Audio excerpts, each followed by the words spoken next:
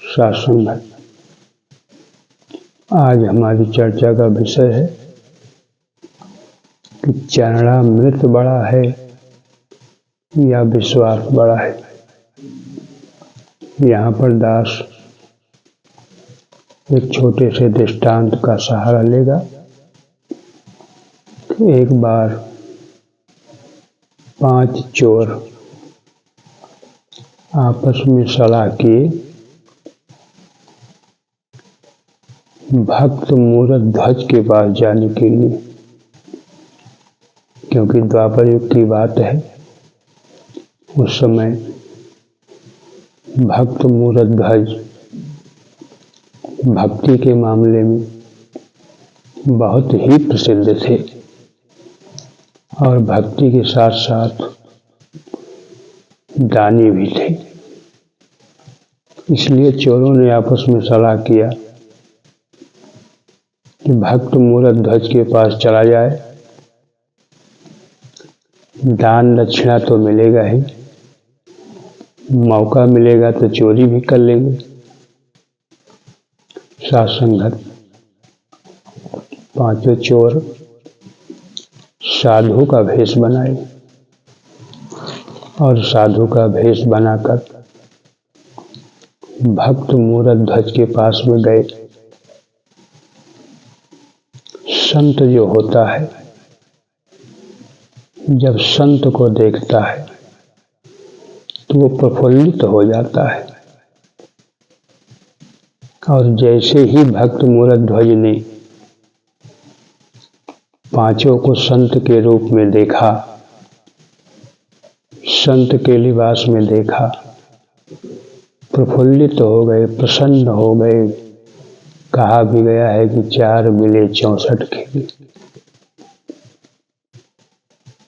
और 5 के चरणों में भक्त मूरत ध्वज ने वंदन किया, नमन किया, अभिनंदन किया और बड़े ही सत्कार के साथ 5 को बिठाए, खूब सेवा सत्कार किया। कुछ समय के बाद भक्त मूरत ध्वज को किसी काम से बाहर जाना था। संतों से विनती किया कि मुझे क्षमा करना, मैं कुछ समय के लिए काम से जा रहा हूँ, लेकिन आपकी सेवा में कोई भी कमी नहीं होगी। हमारी पत्नी है, हमारा बेटा है, वो आपकी खूब सेवा करेगा। और ये कहकर भक्त मूरत ध्वज काम के सिलसिले में बाहर चले गए। और जैसे ही संत बने उन चोरों को मौका मिला, वैसे ही वो लूट के इरादे से भक्त मूरत ध्वज के महल में प्रवेश कर गए और लूटपाट करने लगे। लूटपाट करते हुए जब भक्त मूरत ध्वज के बेटे ने देखा, जिसका नाम था मकर ध्वज, तो वो विरोध करने लगा। और जब विरोध करने लगा तो 5 चोरों ने मिलकर उसे एक कमरे में बंद कर दिया और फिर लूटपाट शुरू कर दी। और इन चोरों को लूटपाट करता हुआ देख जब भक्त मूरत ध्वज की पत्नी ने विरोध किया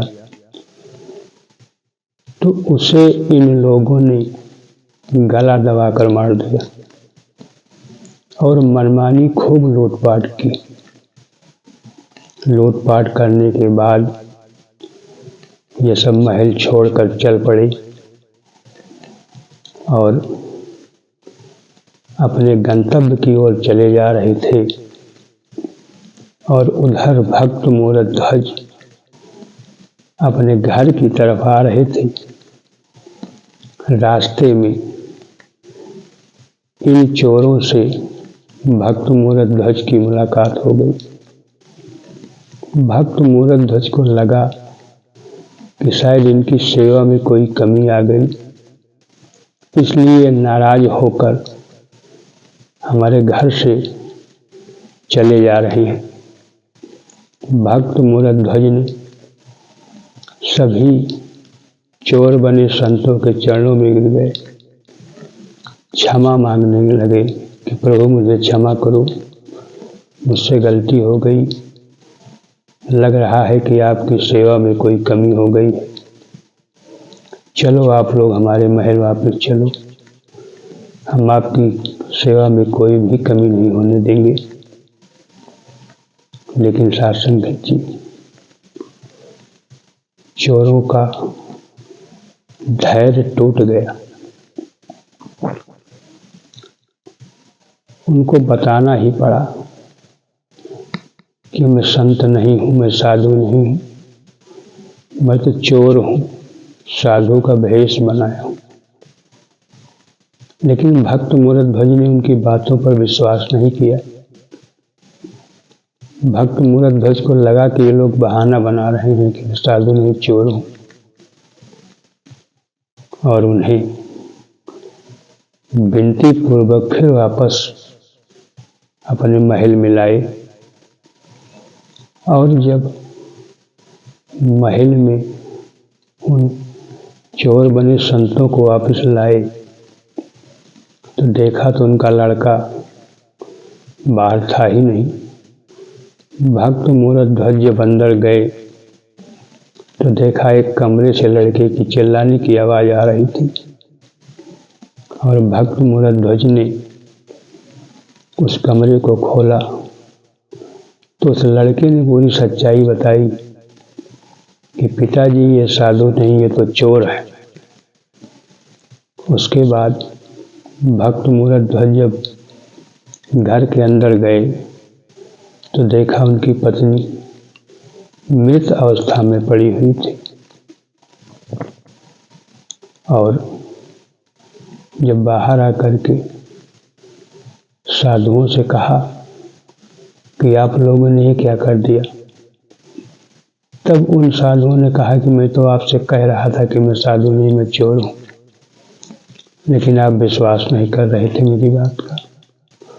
मैं लूटपाट के चक्कर में आपके बेटे को कमरे में बंद किया, और मेरे लूटपाट में आपकी पत्नी भी बाधा बन रही थी, इसलिए मैंने उनकी हत्या कर दी।